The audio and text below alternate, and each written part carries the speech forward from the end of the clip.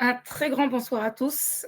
Bienvenue dans cette nouvelle session de webinaire donc concernant le point marché avec la financière de l'échiquier.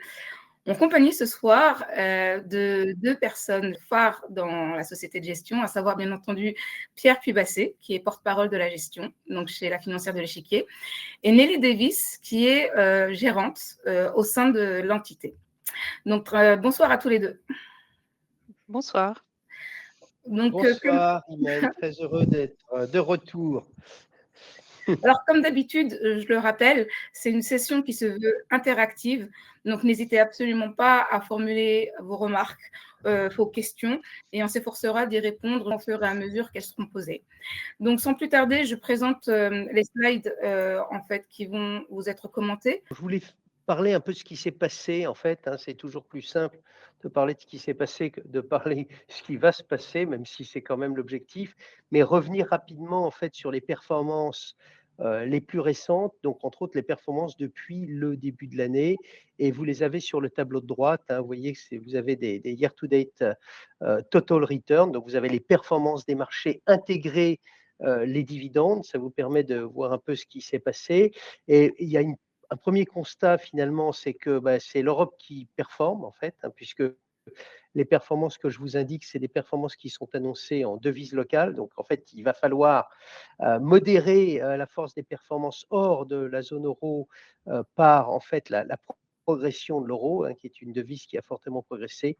On y reviendra, mais vous voyez donc que c'est l'Espagne, l'Italie, l'Allemagne, la France aussi, qui sont des marchés qui performent bien. Sur le tableau de gauche, il y a les performances qui sont là en devise locale et en euros. On voit qu'en haut, il y a du rouge, c'est-à-dire que finalement, si les marchés américains performent de façon positive, même s'ils n'ont pas si bien performé que ça sur ce semestre, c'est le premier constat, leur performance est réellement négative quand on les traduit en euros, donc pour un investisseur européen. C'est-à-dire que finalement, vous voyez que le Dow Jones fait une performance de l'ordre de 4,5% et le Nasdaq une performance de l'ordre de 6%.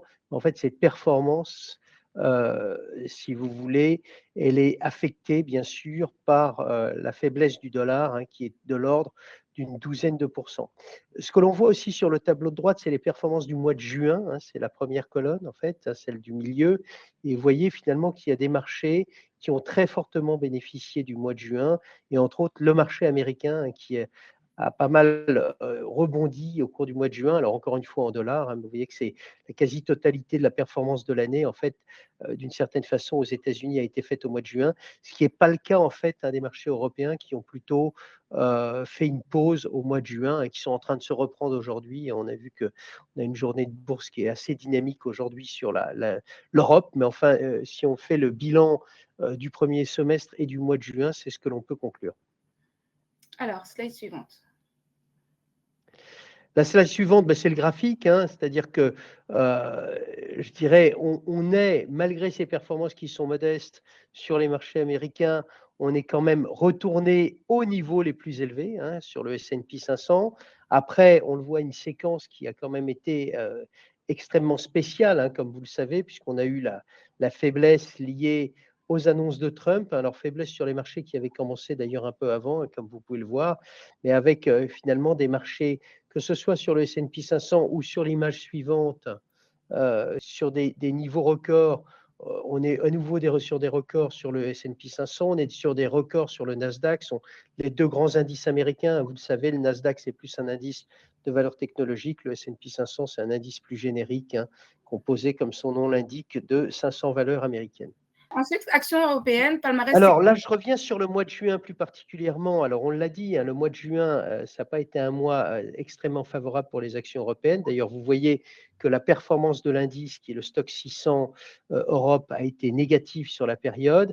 Et en fait, je le montre parce que au cours du mois de juin, en fait, les secteurs qui ont les mieux performé sont des secteurs qui étaient, pour certains, en retard depuis le début de l'année. C'est le secteur de l'énergie qui a bénéficié un peu de la remontée des prix du pétrole, même si ils sont pas, depuis, se sont réassagis un peu, mais sur des niveaux quand même plus élevés. Tout ce qui est bien industriel et construction material, tout ce qui est matériaux de construction. En contrepartie, on a un certain nombre de secteurs qui ont mal performé, hein, entre autres, vous voyez, F et B et T, c'est un secteur qui s'appelle Food, Beverage and Tobacco, donc c'est le secteur en fait des boîtes de l'alimentation. Donc tout ça pour vous dire, un mois sur l'Europe qui a été un peu en demi-teinte, et avec, si vous voulez, des performances finalement assez contrastées, hein, comme d'habitude, entre les différents secteurs. Alors, slide suivante. Et sur la slide suivante, c'est les performances depuis le début de l'année. J'aime bien les partager parce que ça permet de comprendre un peu où on en est. Vous allez entendre très très souvent que le meilleur secteur, c'est le secteur bancaire en Europe, hein. C'est le meilleur secteur, hein, et de loin, hein, puisque comme vous pouvez le voir, c'est un secteur qui a une performance positive depuis le début de l'année de proche de 34%, alors que le deuxième secteur, qui est le secteur des utilities, donc toutes les concessions de services publics, a une performance très satisfaisante, mais quand même très éloignée du secteur bancaire, une performance de l'ordre de 22%. Et le troisième secteur est l'assurance. Et comme je vous le disais, hein, vous avez en bas toute une série de secteurs qui traînent. Donc, comme d'habitude, en fait, je dirais chaque année, c'est des secteurs différents qui peuvent être en position de leadership et secteurs perdants. Mais je dirais, on a quand même déjà beaucoup d'écart, hein, entre les meilleurs secteurs et les plus mauvais secteurs, hein, d'où l'importance en fait de l'allocation sectorielle pour bien performer. Et encore, je n'ai pas le temps de vous montrer ce qui se passe à l'intérieur de ces secteurs-là, mais ce que vous constateriez aussi, c'est qu'il y a énormément d'écarts au sein des secteurs, hein, avec des titres qui performent extrêmement bien et des titres parfois qui sont un peu à la traîne, sinon avec des performances négatives. Autre remarque que je veux faire, si je peux me permettre de revenir sur la slide, c'est que le secteur de la technologie, en fait, hein, comme vous pouvez le voir, est un secteur qui a une performance en demi-teinte cette année, hein. Sur l'Europe, c'est un secteur qui est en progression de 3,7%, alors que le marché dans son ensemble progresse de 9,4%, hein. Donc, une caractéristique en tout cas à retenir, hein, avec un secteur technologique qui, en Europe, qui ne profite pas à plein finalement de la dynamique du secteur technologique américain. Alors, ensuite, tu parles justement donc d'une synthèse, en fait. Oui, alors je fais une petite synthèse, enfin c'est juste quelques mots, mais c'est pour vous dire que aujourd'hui, aux yeux du marché, et ça explique aussi ces niveaux élevés, hein, puisqu'encore une fois, on est sur des records historiques à peu près sur tous les marchés. On a pour l'instant le sentiment finalement que l'inflation est maîtrisée, que l'économie américaine ne connaît pas de récession. Vous vous rappelez que c'était un risque, hein, qui avait été évoqué pour cette année avec un risque de récession qui avait pu avoir une probabilité supérieure à 60% à un moment sur le marché, à la suite d'ailleurs de l'annonce des tarifs de Trump, entre autres, hein, qui avait fait craindre finalement un arrêt de l'économie américaine. C'est un risque qui a disparu aujourd'hui, hein, de l'esprit des investisseurs. Des résultats d'entreprises qui sont solides, le retour de la paix au Moyen-Orient, ou du moins la fin du conflit avec l'Iran, qui était aussi un motif d'inquiétude très important pour les investisseurs, avec des conséquences, comme vous le savez, sur le pétrole.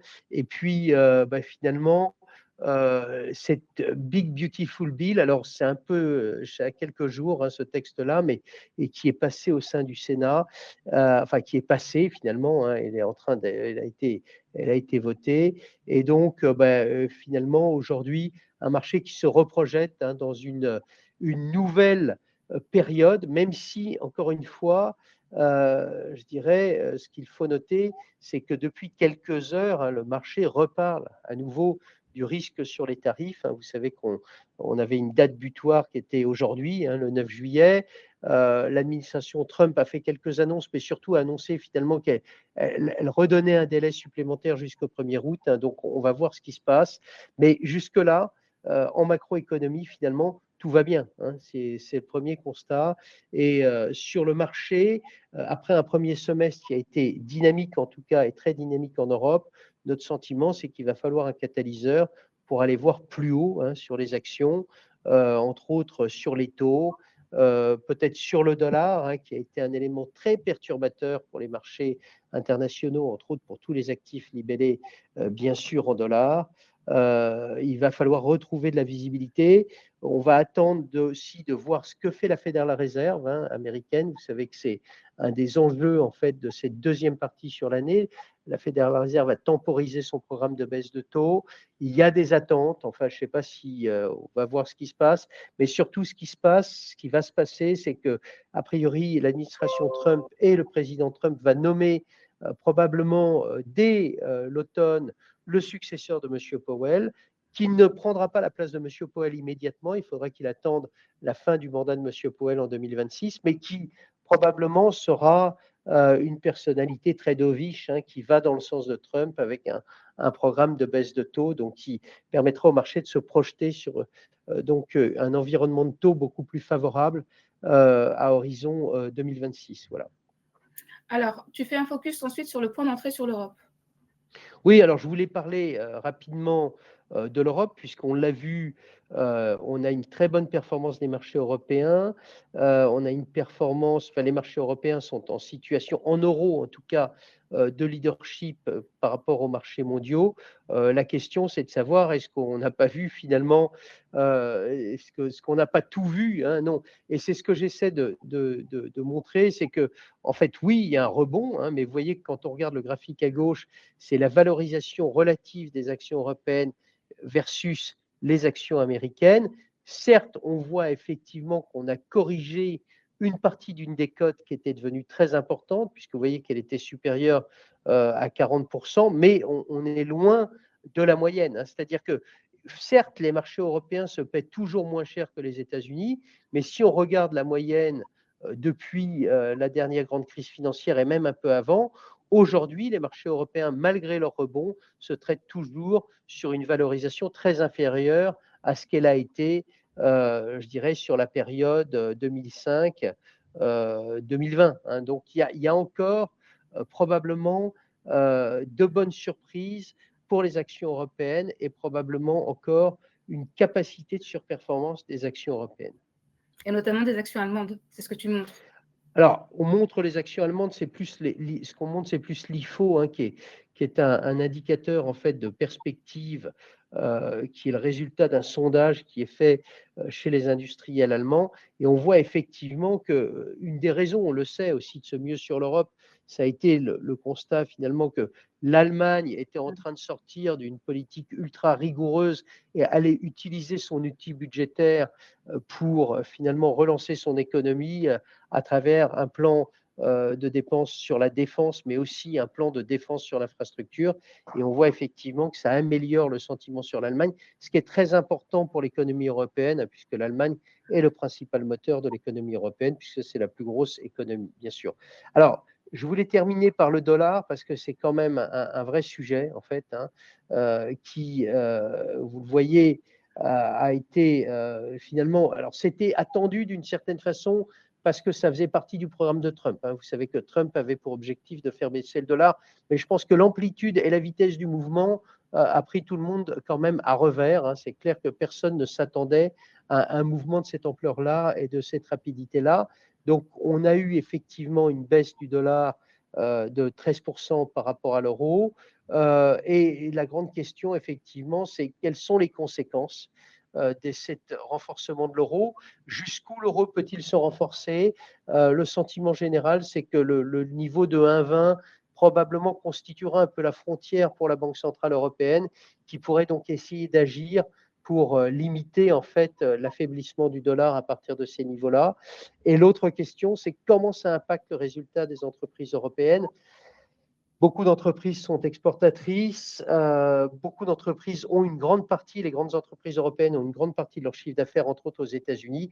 Ça veut dire que les résultats qu'ils génèrent aux États-Unis vaudront moins cher en euros, et donc ça peut créer de la pression en fait sur la capacité bénéficiaire de ces entreprises, ce qui est moins le cas pour les petites et moyennes valeurs, hein. Je pense que ça explique en grande partie aussi l'attractivité des petites et moyennes valeurs qui surperforment, hein, les marchés dans leur ensemble, hein, en Europe sur ce début d'année.